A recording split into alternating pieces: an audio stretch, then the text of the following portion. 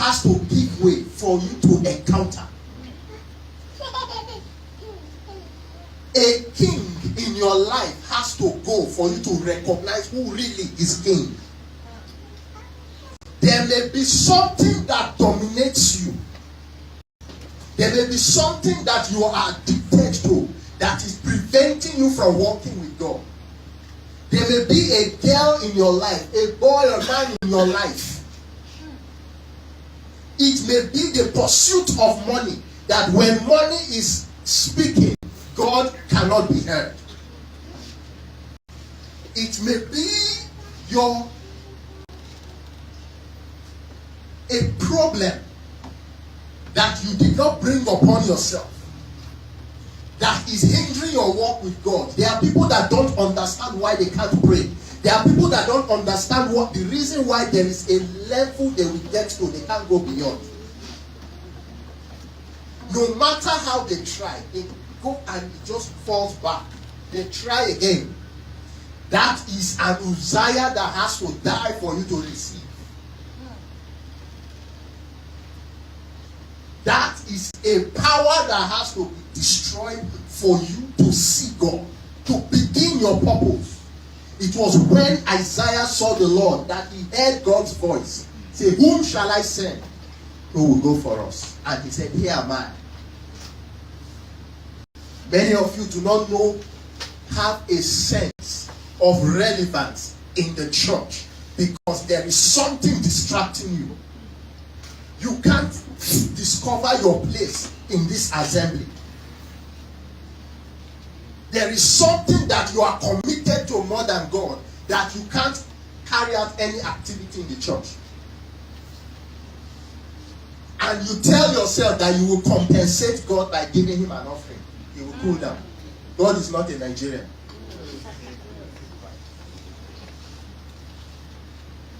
You can't compensate for your destiny. You can't compensate for your eternity. When God had an idea, he created you. You are a product of God's imagination. A product of God's purpose. He wants something done, he created you. Hannah was not an apostle of faith. She was not raising the dead, healing the sick. Hannah, her purpose was to give birth to one of the greatest prophets. Prophet Samuel. That was Hannah's purpose. Her purpose was to give birth to Samuel and hand him over to God and tell Samuel that from now on, he is totally God's own. She put Samuel on the path of destiny. That was her purpose. So you must not be a pastor before you fulfill a sensitive purpose.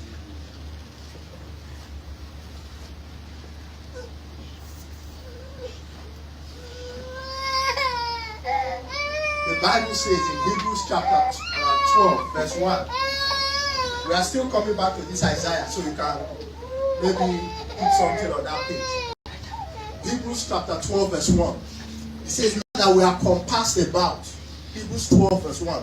Now that we are compassed about with so great a company of witnesses, let us lay aside every sin and weight that so easily besets us. Every sin that so easily holds us captive, that resists our walk with God. Do you notice there are two things mentioned, sin and weight? They are hindering our running the race. A sin is general. It is something that God will punish for anyone that does it. A weight is not a sin. A weight is a habit. A weight is something that reduces your speed. When you are carrying a bag of rice, you can't run 100 meters race. What may be a weight to me may not be a weight to you. It's not a sin, but it is something that is limiting your walk with God. Lay it aside. Is that weight? Some people, their weight is Telemundo. There is no angel that will appear to them when